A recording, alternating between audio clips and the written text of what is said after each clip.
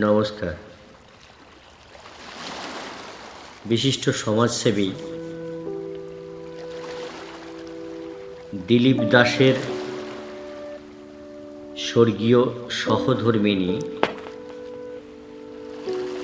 সাবিত্রী দাসের স্মরণে দিলীপবাবুর জবানিতে রচিত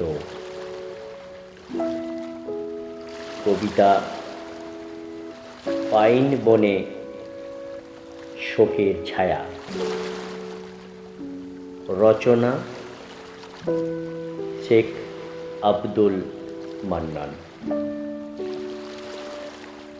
শাস্ত্রীয় মিথকে সত্যে পরিণত করেছে সাবিত্রী। সত্যবানের মতোই করোনার পরোয়ানা ফুৎকারে উড়িয়ে জমের দুয়ার থেকে আমায় ছিনিয়ে এনে অন্তরে করেছে বপন মৃত্যুবীজ, যার বিষাক্ত ছোবলে তিলে তিলে নিজেকে দিয়েছে সঁপে জমের দুয়ারে। বিধাতা সাবিত্রীকে দিলে তার সত্যবান ফিরিয়ে আনার মহামন্ত্র। দিলে না কেন আমার সাবিত্রীকে ফিরে পাওয়ার তন্ত্র সাধনা? বল অনুপলে চলেছি বহন করে সাবিত্রীকে হারানোর মর্মবেদনা। যেদিন প্রথম তুমি সাবিত্রীকে এনেছিলে আমার জীবনে, কি অনির্বচনীয় সুখে বয়েছিল তুমুল ঝড় শিলংয়ের পাইন বনে। সেদিন থেকে সাবিত্রী আমি নিজে বাবুই পাখির মতো বুনেছি সুখের নীর নিখুঁত মুন্সিয়ানায়।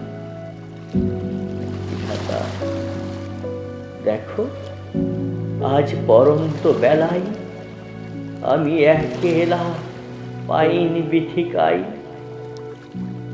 আজ সাবিত্রী নেই বলে জমাট বেঁধেছে শোকের ছায়া।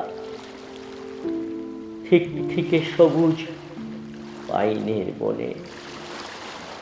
বিধাতা সাবিত্রীকে হারানোর দুটো বসন্ত আমি কি দুঃসহ ভার বহন করে চলেছি? তোমায় বোঝাতে অপারগ। তোমার কাছে একান্ত মিনতি, অসহায়িনীর একাকিত্ব কাটাতে নিয়ে চলো স্বর্গের পারিজাত বনে আমার হারানো সাবিত্রীর কাছে। আমার হারানো সাবিত্রীর কাছে।